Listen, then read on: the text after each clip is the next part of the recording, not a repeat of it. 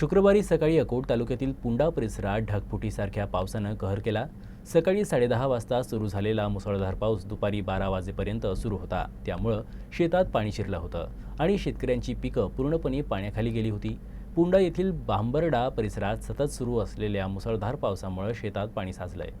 गेल्या अनेक दिवसांपासून शेतकरी चांगल्या पावसाची वाट पाहत होते, जेणेकरून पिकांच्या सिंचनाचा प्रश्न सुटेल। अकोला तालुक्यात पाऊस पडला असला तरी पुंडा येथे अचानक इतका पाऊस पडला की शेतात पाणी साचलं। त्यामुळे शेतकऱ्यांच्या आशा पल्लवित झाल्या। मुसळधार पावसामुळे शेताच्या खालच्या भागात पाणी साचलंय, ज्यामुळे कापूस, सोयाबीन आणि मका यासारख्या पिकांचं नुकसान होण्याचा धोका वाढला आहे।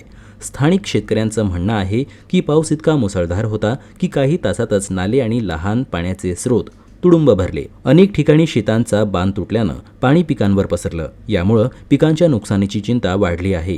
शेतकऱ्यांनी प्रशासनाकडे मागणी केली आहे की नुकसानीचे त्वरित सर्वेक्षण करावे आणि बाधित शेतकऱ्यांना भरपाई द्यावी। तसंच पिकांचं आणखी नुकसान होऊ नये म्हणून पाण्याचा निचरा करण्यासाठी तातडीनं उपाययोजना कराव्यात। गावातील वृद्ध शेतकऱ्यांनी सांगितलंय की गेल्या अनेक वर्षात असा मुसळधार पाऊस क्वचितच पाहायला मिळालाय।